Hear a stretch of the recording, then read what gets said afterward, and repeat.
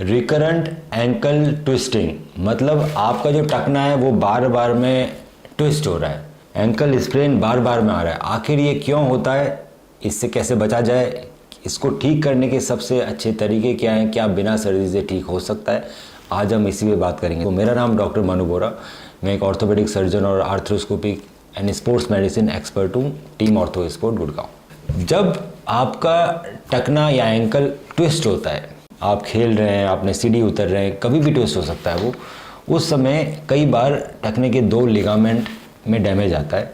एक का नाम है ATLF एंटीरियर टैलोफिबुलर लिगामेंट, दूसरे का नाम है CFL कैल्कोनियो फिबुलर लिगामेंट। ये दोनों लिगामेंट का पार्शियल टीयर हो सकता है और हाई ग्रेड टीयर हो सकता है, लो ग्रेड टीयर हो सकता है, डिपेंडिंग अपॉन कितनी जोर से हमारा एंकल ट्विस्ट हुआ है। एक बार इन लिगामेंट का बड़ा टीयर आ गया तो रिकरेंट एंकल ट्विस्टिंग मतलब बार बार में एंकल ट्विस्ट होता रहता है। तो बहुत ज़रूरी है दोस्तों, जब आपका पहली बार टखना ट्विस्ट हुआ है तो इसके अंदर रिहेबिलिटेशन और हीलिंग फेज को ढंग से फॉलो करना बहुत ज़रूरी है, ताकि आपको रिकरेंट एंकल ट्विस्टिंग ना डेवलप हो। तो इनिशियली ट्विस्ट होने के बाद आइस पैक लगा सकते हैं, एलिवेशन रख सकते हैं, कंप्रेशन कर सकते हैं, इसको बोलते हैं प्राइस मेथड। दूसरा, इसके अंदर रेस्ट आपको लेना पड़ता है लगभग 6 वीक का। तो रेस्ट में कुछ लोग एयर कास्ट देते हैं, कुछ लोग प्लास्टर लगा देते हैं, एंकल बाइंडर लगा सकते हैं। 6 वीक के रेस्ट के बाद रिहेबिलिटेशन फेज चालू होता है, जिसमें आपको ATFL और CFL एक्सरसाइजेज रेगुलरली करनी है। ये अगर आप एक्सरसाइजेज रेगुलरली करते हैं तो आपके जो मसल्स है वो स्ट्रॉन्ग बनते हैं, एंकल स्टेबलाइजेशन ज़्यादा होता है और हो सकता है कि आपको बार बार में रिकरेंट एंकल ट्विस्टिंग ना हो। उसके बाद भी अगर आपको प्रॉब्लम रह रही है तो आपको एक MRI कराना चाहिए। MRI में हमें मालूम पड़ता है कि आखिर जो हमारा एंकल है उसमें क्या क्या डैमेज है, क्या उसमें सिर्फ लिगामेंट का डैमेज है या उसमें कार्टिलेज का भी डैमेज आया है, और क्या क्या एसोसिएटेड डैमेज है एंकल के अंदर। अगर एक बार आपके CFL या ATLF का हाई ग्रेड टीयर आ जाए और बार बार में ट्विस्टिंग हो रही है तो उसके अंदर दोस्तों एक सर्जरी ही ऑप्शन रहता है। अगर आप सर्जरी नहीं कराते तो बार बार में एंकल ट्विस्ट होकर ख़राब होने लगता है। सर्जरी में हम ATLF और CFL रिपेयर करते हैं। ATLF रिपेयर को मतलब बॉस्टम रिपेयर बोला जाता है। तो बड़े ही फाइन सूचर एंकर्स आते हैं जो बहुत ही अच्छे मटेरियल के ऑल सूचर एंकर्स आते हैं। कुछ एंकर्स ऐसे होते हैं जो बोन के मटेरियल में कन्वर्ट हो जाते हैं।